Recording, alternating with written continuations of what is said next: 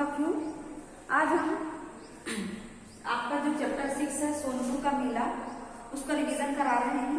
आप लोग एक बार देखिएगा, है ना। 2 रिवीजन तो आपकी करा दी थी, ये तीसरा था और ये 3rd लेसन है आपका, है ना।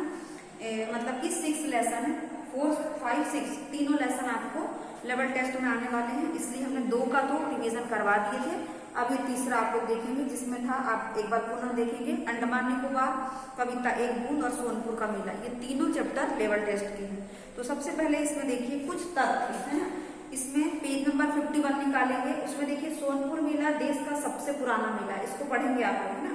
यह एशिया का सबसे बड़ा पशु मेला, इसमें से कुछ क्वेश्चन बना के दे सकता है ना। सोनपुर मेला ही मात्र एक ऐसा मेला है जहाँ सुई से लेकर हाथी तक मिलता है। फिर अगला है 1857 के प्रथम स्वतंत्रता संग्राम में बाबू वीर कुंवर सिंह ने इसी मेले से हाथी, अरबी, घोड़े और हथियारों का संग्रह किया था। अगला है सोनपुर में हरिहर नाथ मंदिर इकलौता ऐसा मंदिर है जहाँ भगवान शिव और विष्णु की एकीकृत मूर्ति है। अगला क्वेश्चन, यहाँ कभी अफगान, ईरान, इराक आदि देशों से लोग पशुओं की खरीदी करने आते थे। क्वेश्चन अगर पूछता है कि सोनपुर के मेले में लोग क्या क्या खरीदने आते हैं, तो ईरान कहाँ से आते हैं, तो अफगान, ईरान, इराक, ठीक है। फिर कुंवर उदय सिंह ने इस मेले से क्या खरीदा, तो हम आंसर लिखेंगे जैसे कभी आया तो 1857 के स्वतंत्रता संग्राम में वीर कुंवर सिंह ने इस मेले से हाथी, अरबी घोड़े और हथियार खरीदे थे, है ना। यह एशिया का, यह सोनपुर मेला कैसा मेला है, तो ये एशिया का सबसे बड़ा पशु मेला है ना, और सबसे पुराना मेला है। उसके बाद देखेंगे यहाँ चंद्रगुप्त मौर्य और अकबर भी यहाँ से हाथी, घोड़े, बैल और हथियार की खरीदी करते थे, है ना।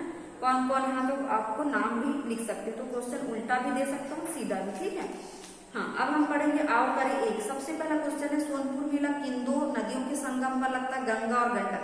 देखिए क्वेश्चन पेपर जो है आपको उधर ही से आएंगे, हमने पेपर नहीं निकाले हैं, तो आपको थोड़ी तैयारी अच्छे से करना है ना। अब ये जो इसमें जो सरल क्वेश्चन है वो नहीं देते हैं, लगभग ग्रामर के क्वेश्चन देते हैं, तो वो आपको अच्छे से पढ़ना है। पर भी एक बार हम इसको दोहरा देते हैं। देखिए फर्स्ट क्वेश्चन का आंसर क्या होगा, सोनपुर मेला किन 2 नदियों के संगम पर लगता है, गंगा और गंडक। सेकंड क्वेश्चन है पौराणिक कहानियों के अनुसार सोनपुर में किन 2 शापित आत्माओं ने जन्म लिया था, गज और ग्राह ने। फिर अगला क्वेश्चन है सोनपुर मेला किस तिथि से प्रारंभ होता है, तो कार्तिक पूर्णिमा से। सोनपुर मेला को लोग स्थानीय लोग किस नाम से पुकारते हैं, छत्तर मेला, ठीक है। फर्स्ट क्वेश्चन है सोनपुर मेला कहाँ लगता है, तो बिहार के सारण जिले के गंगा गंडक नदियों के संगम पर सोनपुर मेला लगता है। सेकंड क्वेश्चन, सोनपुर मेले में आज भी भीड़ किस लिए उमड़ती है, तो सोनपुर मेले में आज भी भीड़ इसलिए उमड़ती है क्योंकि यहाँ नाटक और नौटंकी और नाच देखने को। थर्ड क्वेश्चन है बाबू कुंवर सिंह ने इस मेले से क्या किया था, तो बाबू कुंवर सिंह ने इस मेले से हाथी, अरबी घोड़े और हथियारों का संग्रह किया था। अगला क्वेश्चन है सोनपुर में किन देशों के लोग पशुओं की खरीदी करने आते हैं, तो आंसर होगा सोनपुर में अफगान, ईरान और इराक के लोग पशुओं की खरीदी करने आते हैं। अब अगला क्वेश्चन है सोनपुर मेले के साथ कौन सी पौराणिक कहानी जुड़ी है, तो ये 50 नंबर का पेज निकालेंगे आप लोग।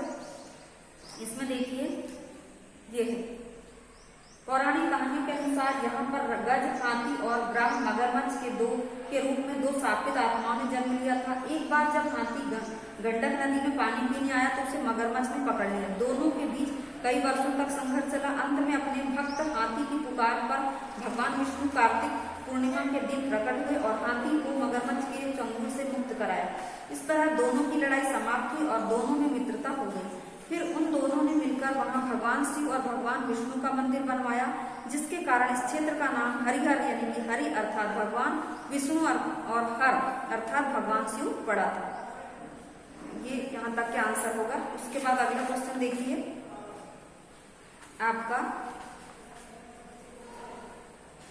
हाँ, बदलते समय के अनुसार सोनपुर मेला अब किस रूप में परिवर्तित हो गया, ये भी 50 नंबर के पेज में। यहाँ पर इसके आगे का पैराग्राफ, बदलते समय के प्रभाव से सोनपुर मेला पशु बाजारों से हटकर अब ऑटो एक्सपो का रूप लेता जा रहा है। पिछले कई वर्षों से इस मेले में कई बड़ी कंपनियों के शोरूम और बिक्री केंद्र खुल रहे हैं।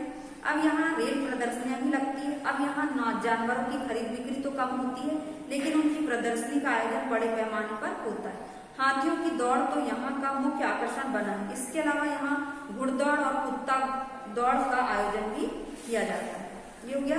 अब हम पढ़ेंगे यहाँ पर संबंध बोधक शब्द, है ना।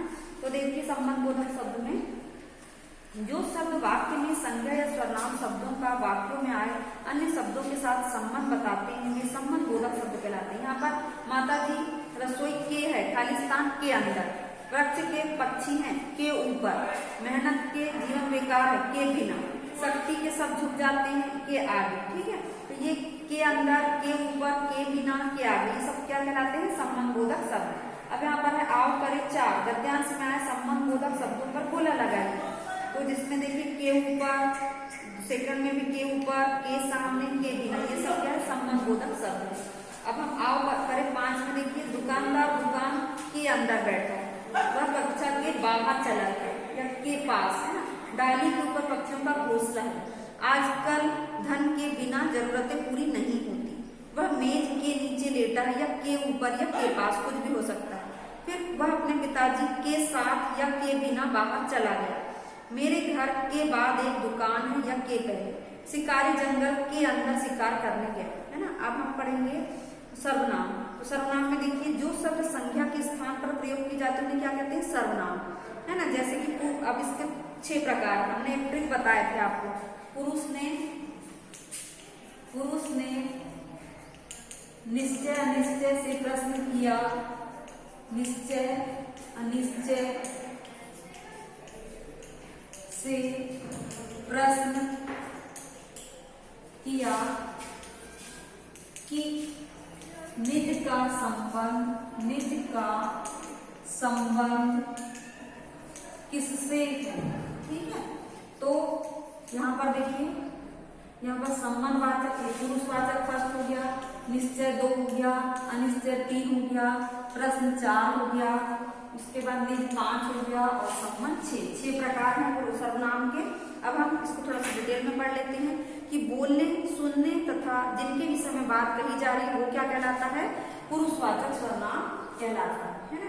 इसके 3 प्रकार हैं, है ना। तो सबसे पहले उत्तम पुरुष, दूसरा मध्यम पुरुष और तीसरा अन्य पुरुष। अब यहाँ पर हम देखेंगे उत्तम पुरुष में क्या होता है? मैं, मेरा और मैंने, हम, हमारा। मध्यम पुरुष में तू, तुम, ये तू, तुम, और अन्य पुरुष में वह, वे, इस प्रकार से, है ना। तू, तुम, तुम्हारा, आप, ये सब मध्यम पुरुष में। अन्य में वह, वे, उनका, उसका, है ना। यानी कि जो सर्वनाम शब्द बोलने वाले अपने लिए प्रयोग करते हैं वो उत्तम पुरुष, और सुनने वाले के लिए जिन सर्वनाम शब्दों का प्रयोग किया जाता है मध्यम पुरुष, और अन्य के लिए जो प्रयोग किए जाते हैं अन्य पुरुष। फिर निश्चयवाचक में जो सर्वनाम किसी पास अथवा दूर की वस्तु या व्यक्ति का निश्चित बोध कराते हैं तो उसे निश्चय, यह, वह, इसे, वे, ये सब क्या है? निश्चय। अनिश्चय में जो सर्वनाम शब्द किसी पास अथवा दूर की व्यक्ति या वस्तु का निश्चित बोध नहीं कराते, अनिश्चय, जैसे कुछ, कोई। प्रश्नवाचक में जो सर्वनाम शब्द किसी व्यक्ति, प्राणी, वस्तु या स्थान के विषय में प्रश्न का बोध कराते हैं वो प्रश्नवाचक, जैसे कब, कौन, क्या, कैसे। संबंधवाचक में जो सर्वनाम शब्द वाक्य में आए दूसरे सर्वनाम शब्द से संबंध का बोध कराते हैं उसे संबंधवाचक, जैसे जितना, उतना, जैसे, वैसा, सो, जो, है ना। निजवाचक में जो सर्वनाम शब्द स्वयं के लिए प्रयुक्त होता है उसे निजवाचक, स्वयं, अपना, अपनी। ठीक है, इस प्रकार से। उसके बाद देखिए हम आओ करें 6 में, पूजा अपना गृह कार्य कर चुकी है, ये कौन सा है? फर्स्ट वाला। का में देखेंगे हम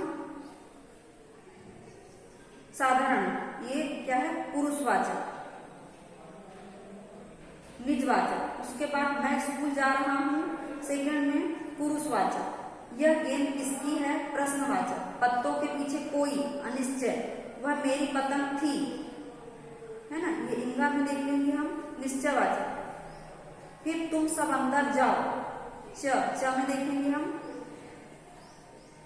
पुरुषवाचक। फिर आप कहाँ रहते हो, 6 नंबर। ठीक है, ये प्रश्नवाचक। जो साहस करेगा वह जीतेगा, संबंधवाचक। राजू कब आएगा? प्रश्नवाचक। जो मेहनत करेगा वह अवश्य सफल होगा, संबंधवाचक। फिर है आओ करे 7 में देखिए तुम इधर आओ, मध्यम पुरुष। यह घड़ी, निश्चयवाचक। उन्होंने सबको अन्य पुरुष, मुझे उत्तम पुरुष, पानी में कुछ अनिश्चय, आप किससे प्रश्नवाचक, जो करेगा सो करेगा संबंध, वह मेरा घर है निश्चयवाचक, दरवाजे पर कोई खड़ा था अनिश्चयवाचक, आप कब आए प्रश्नवाचक, फिर आओ करे 8 लिखे, खालिस्तान पेंसिल खो गई है मेरी, है ना, सही रूप लिखना है, ये गलत है, इसको अपने को सही करना है, यह तुम्हारा सामान है, उसे खालिस्तान बजाया किसने, क्या खालिस्तान अभी बुलाया है आपने, मैंने खालिस्तान बाजार भेजा उससे, ठीक है।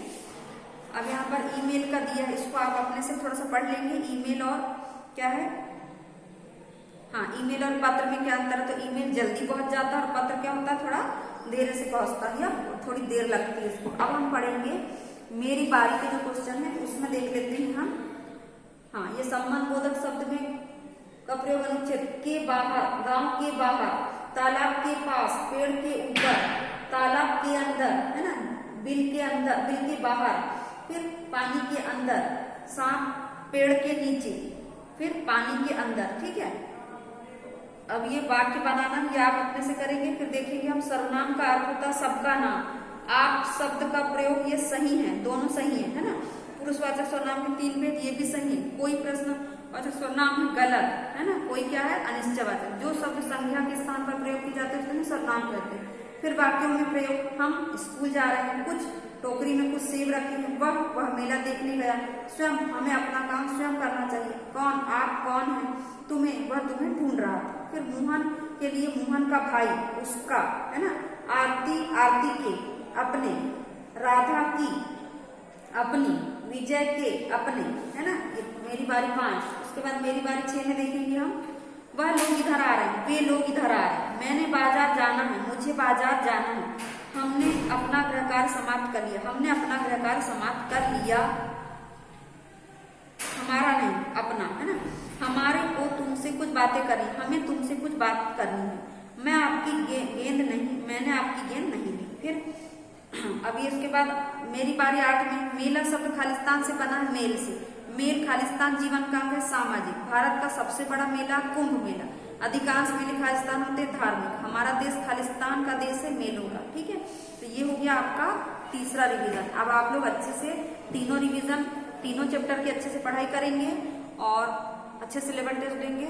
आपको लेवल टेस्ट के लिए बेस्ट ऑफ लक। धन्यवाद बच्चों, आज की क्लास हम यहीं समाप्त करें।